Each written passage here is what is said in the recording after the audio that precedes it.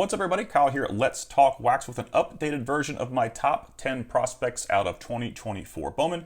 Now, this set released back in May, and I did a top 20 for that as well. I'm going to show you my old rankings, but we've had some larger sample sizes accumulated over the course of the 2024 season, and now I'm going to be bringing you my new top 10. These are the top prospects that I like out of this release. Now, before we get into our top 10 and our honorable mentions, I'm going to jump into our ranking system really quick. Now, you're going to see two rankings on this video. One is a Juggernaut stats-based ranking that I created using weighted on-base average, stolen base plate appearance, K percentage, swinging strike percentage, WRC plus, and age level. Each of these stats has a different weight, and the only bad thing about the Juggernaut is it does not factor in defensive upside. Now, you're also going to see these players sorted by Let's Talk Wax rank, and this is just my personal opinion. It goes from elite all the way down to 7, and you can see the system that I use here in the graph. Now, leading off in the number 10 spot in this video is Robert Calais, a Colorado Rockies outfield prospect. He's only 18.7 years old, and he does not have any experience in A-ball. He's only played in the DSL and complex leagues so far.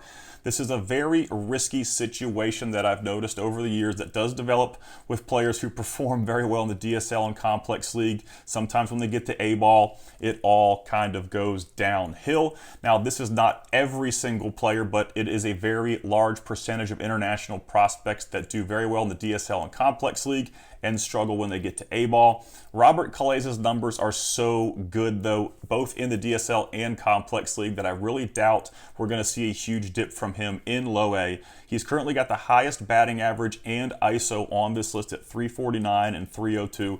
These are literally video game numbers you're going to see here. They are definite outliers.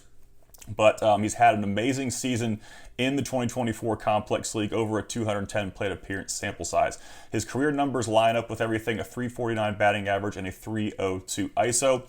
The bad thing about Calais is he's in the Rockies organization, which does not have a very good track record for developing bats. We also see a lot of prospect fall off in Double-A Hartford, where guys tend to struggle quite a bit at that level and in that league. So a tougher place to play, I think, in Hartford, because like I said, we see a lot of prospects that do very well in the minor league struggle in that Double-A. But like I said, Calais is definitely the highest risk. If he was putting these numbers up in low A, he would be much higher on my list. But due to the fact that he has no A-ball experience, he is at number 10. At number 9, we've got a very big surprise here. Luke Adams, Milwaukee Brewers. He's probably going to be a first baseman, but he profiles at both corners right now. He's 20.2 years old, playing in high A. You can see he's got the lowest batting average on this list at 238, but his weighted on base average for the season is above 400, which is an elite weighted on base average. When you get anything above 400, that is very exceptional in the prospecting game. His ISO is 195, so it's just a tick below 200, which is what I kind of look for with prospects. When they go above 200, it usually reflects some serious power. He does have very easy power, very easy pop. He's got kind of a funky swing. I talked about this in my last Juggernaut rankings update, because he took number 6 in the Juggernaut ranking system. The Juggernaut ranking system does not include batting average. It relies heavily on weighted on base average, which provides more weights for different types of offensive outcomes. With batting average, a double and a triple and a home run are all considered hits, and they're not weighted any differently than a hit. But with weighted on base average, the single, the double, the triple, the home run, the walks, they all have a certain weight applied to them. So he's got 11 home runs and 26 stolen bases. I don't see him being much of a stolen base threat as he makes his way through the minor leagues, but definitely a bat to keep an eye on with very easy pop to all sides of the field. Luke Adams, he's number 6, like I said, on my Juggernaut ranking system, and he's a very cheap auto at $10. Now, if you guys enjoy this content and you want to help support the channel, be sure to check out my Patreon page. I'll put a link to it in the video description. Over there, you can get first chrome and first autograph checklist breakdowns for every release from 2019 to the present, where I have all players with a Let's Talk Wax rank, their career stats, their comps, and a brief write-up about each player. I try to update those 3 or 4 times per year. I've got team break guides for all releases from 2020 to the present. You get access to my Juggernaut prospect rankings for all prospects, and you can find those files sorted by name, and by rank if you have a certain group of players that you collect and you want to kind of track them on the prospect rankings. You can find them by their name, or if you just want to see who's in the top 100 or maybe 500, you can look at the rank file. So a really cool system over there. It's also got my finalized 2023 rankings. I just updated my top 100 Bowman Chrome autos under $50 list, so you can find a lot of bargain buys on that list. I try to update my top 100 Bowman Chrome autos list once a year, and I've also got a private Discord server over there on Patreon where we have daily prospect news. We've got information on call-ups. We've got information on grading. Just lots of cool stuff going on over there. My man Bobby does a great job of moderating that server, and we're up to about 400 plus active members, so a really cool community over there, and you get access to all that stuff over on Patreon. I'll put a link to it in my video description. At number 8, we've got Aiden Smith. He was recently traded to the Tampa Bay Rays, so he's an outfielder, 20.1 years old, a little bit old for high A, in my opinion. Hit 284 with a 186 ISO over the course of the season. He's holding a 1.67 K to walk ratio with a fringy K percentage at 24.7. It's kind of in the middle of good and bad. Good for me is sub 20, bad for me is 30 plus, and like I said, he sits right in the middle of those two numbers. He's got 9 homers and 28 stolen bases, the most on this list, but at the low A level, something to always be aware of. Stolen bases are almost gimmies, and they tend to be very inflated compared to the bases that get stolen in high A and double A. So if you see a young player with a whole bunch of stolen bases in low A, a lot of times when they get to high A, those stolen bases kind of dwindle down. Now, some guys do have exceptional speed, and we see those rates stay the same, but for the most part, stolen bases in low A are definitely inflated. Career numbers are pretty solid across the board. He's number 61 on the Juggernaut ranking system. He's a $25 auto, and he's been holding a 411 weighted on base average in 2024. So he's definitely an athletic kid, needs a promotion to high A, holding a high weighted on base average. A lot of good things happening in 2024 for Aiden Smith. At number 7, we've got Bryce Matthews, Houston Astros shortstop prospect, 22.3, played between high A and double A this season. He's got some very big raw tools, and he's also got a pretty big amount of thump for the position he plays. We don't see a lot of power hitting shortstops.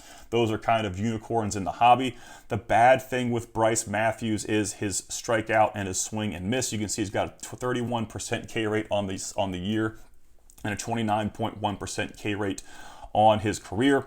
In double A alone, he's currently sitting at a 37.7% K rate, although it is a very small sample size. He had a back injury in the middle of the season, which cut his plate appearances down to 229, but a very, very risky, but also a very high ceiling prospect here with Bryce Matthews. I'm not sure how he would fit into the mix in Houston. You've got Bregman at short, you've got Altuve at second base, you've got Jeremy Pena at short, so a lot of crowded spots at the big league level in the infield for Houston. But like I said, he's got a lot of raw tools. He's a very athletic player. His cards are right around $40, and he's sitting at number 8 in my Juggernaut ranking system.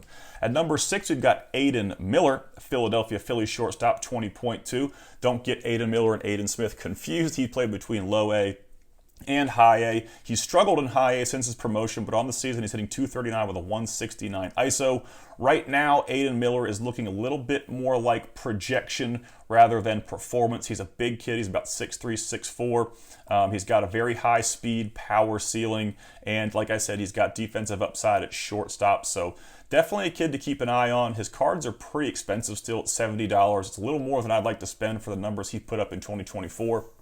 And especially since he's struggling in high A. But like I said, more projection here. I think he's the highest projection player I put on this list as opposed to the other guys that are more or less performing. But I didn't want to leave Aiden Miller off. I'd like to see what he does in the 2025 season in high A. Maybe he can have a little better year. But he is one of the more expensive autos on this checklist right now. And before we get into our top 5, we're going to take a look at several honorable mentions that I was not able to squeeze into my top 10. Luis Baez and Cooper Pratt were two guys that I very easily could have put in my top 10. I should have just made a top 12 video because I definitely wanted to include them and highlight both of these players, but I did put them on the honorable mentions list. Like as you can see there, Let's Talk Wax rank of 2.5. is the same as many of the guys who are 10 through 6. But Luis Baez, 20.7, playing in high A. He is a $25 auto. He's got huge juice, but he's got a significant hit tool risk. The guy does not walk, and I'm a little afraid of what's going to happen with the power output at AA and how the swing and miss stacks up. So definitely something to consider with Baez. Cooper Pratt is a hit speed prospect. He doesn't get the air in the ball enough to hit for power, and his power is very limited right now. He was recently promoted to high A, but he does have, like I said, a very good hit speed tool, 19.9. Like I said, he recently promoted to high A. He's a $30 first chrome and auto. Yoelin Cespedes, been injured for the majority of the year. He's on the 60-day injured list right now, but he had great numbers in the complex league over a small sample size. So definitely a risky buy there, or a risky player to collect due to the small sample size and the fact, kind of like Calais, that he has not played in A-ball yet. Arjun Nimmala, probably one of the bigger, I wouldn't say bust, but letdowns in this release. I still have him on this list kind of as projection rather than performance, kind of like Ada Miller.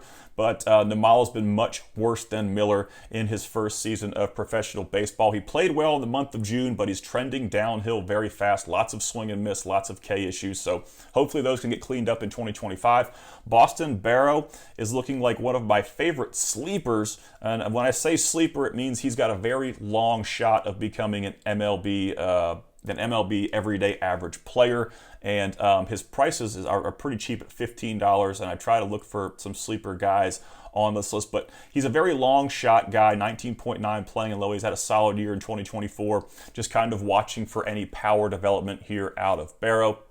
Brock Wilken, he has struggled at the AA level, had a bad injury to start the season, but he's come back, third baseman, 22.1 playing in AA.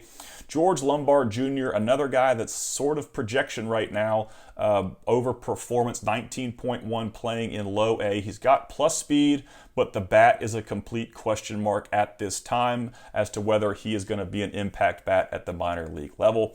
Jared Cerna was traded to the Miami Marlins, and a lot of guys in the Discord server were upset with this because they lost their New York Yankees market on Cerna, and he's going to Miami. He's probably got a more clear path to the major leagues, but he's 22.1 only in high A. We definitely need to see some AA numbers. He's had a solid performance in 2024 so far, but like I said, a little old for the level.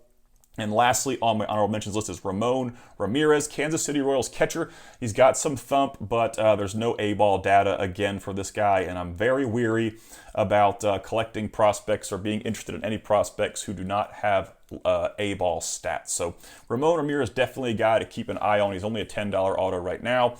And with the complex league having ended, I don't see any complex league players' values going up.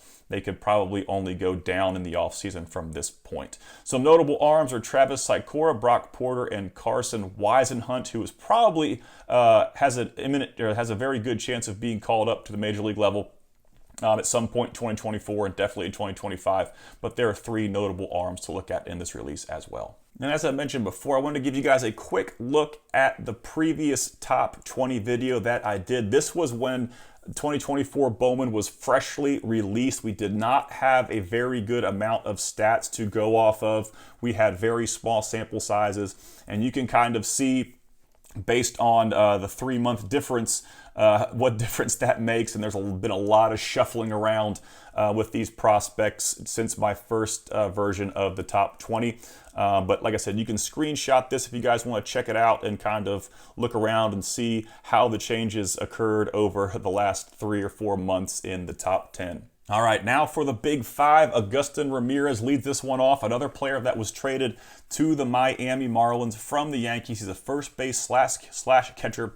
22.8, played between AA and AAA this year. The story with Ramirez is big juice and great K numbers. The guys that have a lot of power in this hobby usually hold some pretty fringy K rates, and when you find guys that don't strike out and take walks that have a lot of power, they become kind of special. and very difficult to find. He's got 20 home runs so far in 2024, the most on this list. I don't think he's going to be an everyday catcher. He'll probably bounce around between first base, catcher, and DH. The bat is what's going to drive the car with this situation here, Augustin Ramirez. I think he's also got an easier path in Miami than he would in New York. So definitely got to check out. He's a $50 auto, kind of expensive right now. He's number 36 on the Juggernaut ranking system. At number 4, we've got Sebastian Walcott. Now, he does not have a first chrome auto, but I don't want to say first to confuse you guys. He had a first chrome in 2023, Bowman chrome, and they gave him an auto in 2024, which doesn't have the first emblem, but it is his first auto. So I did include him on this list. Definitely didn't want to leave him off. He's very young. He's very exciting. 18.4, playing in high A. He's probably got the highest ceiling on this checklist next to Walker Jenkins. He's faced aggressive assignments throughout his career. He's a very raw player, but he's got a significant amount of tools. Very good tools here. You can see the numbers across the stat line aren't exceptional, but like I said, he's been faced with aggressive assignments. 18.4 in high A is a very aggressive assignment for a young player. Now, the thing with Walcott are the K numbers right now, and hopefully he can improve on those K numbers as he develops in the minor leagues. But he's definitely going to be a boom or bust type of player, I believe, because there are some serious tools there, and he's definitely going to be a guy to keep an eye on. His cards are right around $50 for his non-first chrome autos out of 2024. Bowman, and he's number 70 on the top 100 according to MLB.com. At number 3, we've got Kyle Teal, who could see Major League action in 2025, having an amazing season, 295 batting average with 153 ISO.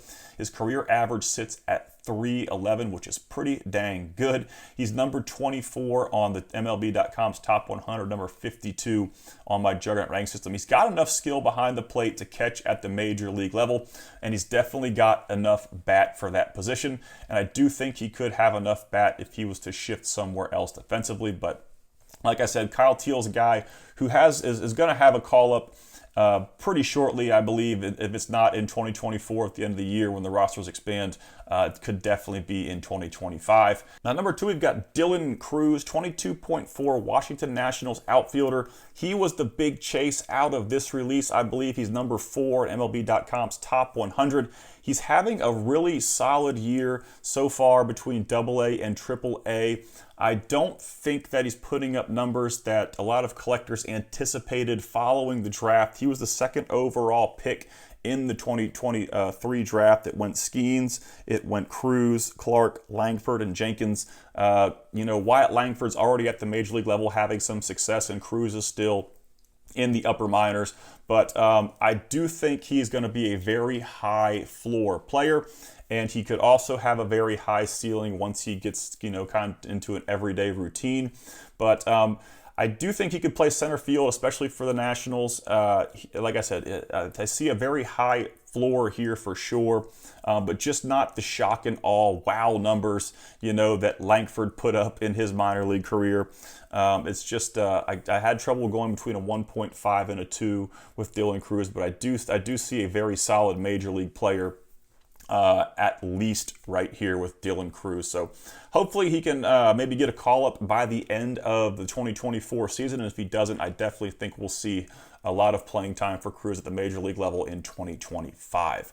At number 1 is Walker Jenkins, probably the highest ceiling bat on this list. He's 19.4. He was promoted to high A on July 30th. He's got a hit power bat with an advanced approach and advanced contact skills. He's got a sub 1 K to walk ratio, which means he's walked more than he's struck out in the 2024 season, the best on this list. And he's also got an 11.1 K percentage, which is the lowest on this list. A career .317 hitter with some thump. He's number 5 on the top 100 according to MLB.com, and he's number 93 on my Juggernaut ranking system.